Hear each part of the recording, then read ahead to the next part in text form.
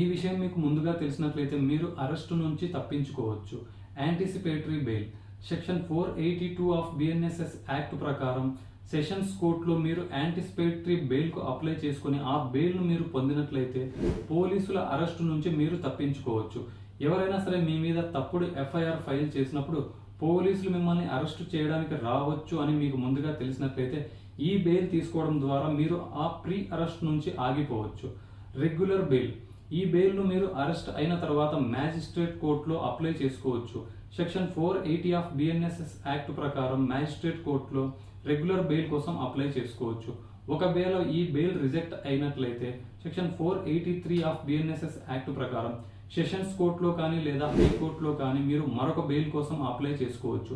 ఆ బెయిల్ మీరు పొందినట్లయితే ట్రయల్ ముగిసే వరకు మీరు అరెస్ట్ అవ్వకుండా బయట ఉండవచ్చు. సో ఇంకొక ముఖ్యమైన బెయిల్ గురించి మనం ఇప్పుడు తెలుసుకుందాం. ఇంటరిమ్ బెయిల్ అరెస్ట్ అయిన వ్యక్తికి మాత్రమే కొన్ని కండిషన్స్లో ఈ బెయిల్ లభించడం జరుగుతుంది. వారి ఇంట్లో ఎవరైనా మరణించడం లేదా వివాహ కార్యక్రమాలు జరగడం, ఎవరైనా మెడికల్ ఎమర్జెన్సీలో ఉన్నట్లయితే అటువంటి వారికి సాధారణంగా 10 నుంచి 12 రోజులు లేదా 1 నెల రోజుల వరకు ఇటువంటి కండిషన్ బెయిల్ను ఇవ్వడం జరుగుతుంది. సో ఇటువంటి లీగల్ నాలెడ్జ్ కోసం మన ఛానల్ సబ్స్క్రైబ్ చేసుకోండి. Thank you for watching this video.